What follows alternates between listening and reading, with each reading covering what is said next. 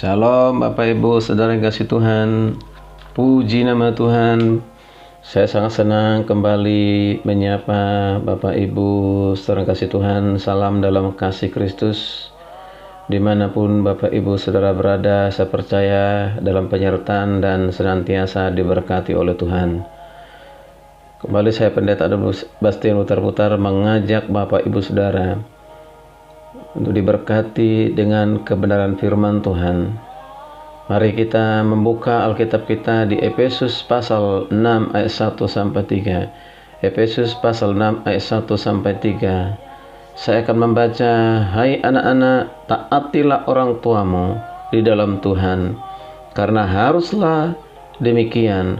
Hormatilah ayahmu dan ibumu. Ini adalah suatu perintah yang penting, seperti yang nyata dari janji ini, supaya kamu berbahagia dan panjang umurmu di bumi." Saudara yang kasih Tuhan, Tuhan menghendaki supaya keluarga atau rumah tangga itu hidup sesuai dengan ketuhanan Kristus. Hidup sesuai dengan ketuhanan Kristus. Di dalam rumah tangga ada anak, ada ibu, ada bapak.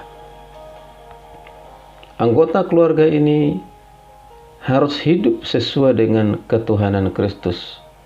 Ini adalah kunci keharmonisan kebahagiaan dalam rumah tangga apabila keluarga itu benar-benar menghadirkan Kristus di dalam rumah tangga atau hidup sesuai dengan ketuhanan Kristus. Yang pertama, mari kita memperhatikan terutama anak-anak Kristen, anak-anak yang ada dalam rumah tangga Kristen. Nah, saudara kasih Tuhan, Paulus tidak menyuruh para orang tua untuk menasihati anak-anak dengan melakukannya sendiri. Anak-anak hadir dalam persekutuan pada waktu surat ini dibacakan di jemaat di Efesus.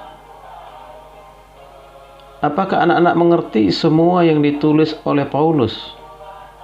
Apakah kita mengerti semuanya? Keluarga Kristen menghadiri kebaktian umum bersama-sama, dan pastilah para orang tua menjelaskan firman Tuhan itu kepada anak-anak. Ketika mereka tiba di rumah, Paulus memberikan 4 alasan mengapa anak-anak harus mentaati orang tua mereka.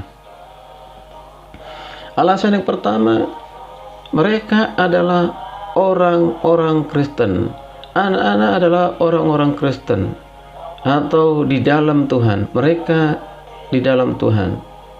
Jadi pastikan anak kita sudah di dalam Tuhan. Jadi alasan ini merupakan suatu penerapan seluruh bagian dari kata rendahkanlah dirimu seorang kepada yang lain di dalam takut akan Kristus di ayatnya ke-21 Efesus 5. Bagaimana merendahkan diri seorang kepada yang lain di dalam takut akan Tuhan, takut akan Kristus. Apabila seorang menjadi orang Kristen, ia tidak dibebaskan dari kewajiban-kewajiban hidup yang wajar. Justru harus menjadikan anak lebih baik di dalam keluarga. Kepada jemaat di Kolose, Paulus menegaskan nasihatnya dengan ungkapan, karena itulah yang indah di dalam Tuhan. Kolose 3:20. Apabila anak-anak menghormati orang tuanya, itulah yang dikatakan indah di dalam Tuhan. Inilah keharmonisan dalam rumah tangga. Istri taat kepada suami seperti kepada Tuhan. Suami mengasihi istri-istrinya sebagaimana Kristus telah mengasihi jemaatnya. Demikian juga anak-anak taat di dalam Tuhan kepada orang tuanya. Nah, itulah ciri yang pertama anak-anak Kristen yaitu harus menghormati, taat kepada orang tuanya. Itu adalah perintah. Puji nama Tuhan. Kita harus memahami bahwa anak-anak kita dipastikan mereka adalah anak-anak di dalam Tuhan. Dengan itu maka mudah orang tua untuk membimbingnya, menasihatinya, menegurnya dengan kasih. Maka anak-anak pun pasti mentaati, menghormati orang tuanya. Terpujilah nama Tuhan. Kita akan lanjutkan renungan ini. Bagaimana tanda-tanda anak Kristen yang hidup sesuai dengan ketuhanan Kristus. Terima kasih. Tuhan Yesus memberkati. Shalom.